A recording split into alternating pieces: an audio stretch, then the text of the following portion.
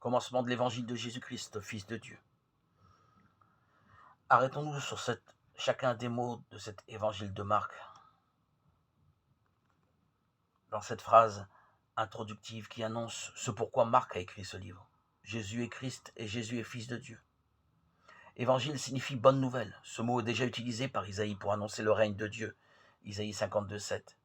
Mais Marc est le premier à l'utiliser pour désigner la vie, la mort et la résurrection de Jésus. Jésus est lui-même la bonne nouvelle.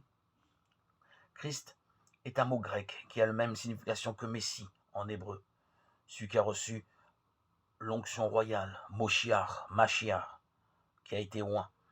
Jésus est le Mashiach, le Messie attendu par le peuple d'Israël, autant libérateur comme juste et fidèle à Dieu. C'est Pierre au chapitre 8 de l'évangile de Marc qui confessera « Tu es le Christ ».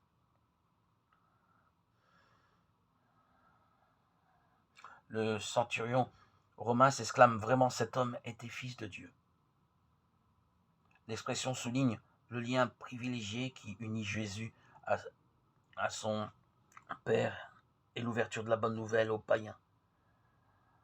À travers son témoignage de foi, l'évangéliste Marc veut nous éveiller à l'intelligence du cœur qui donne le vrai sens des choses de ce monde et l'amour des biens éternels.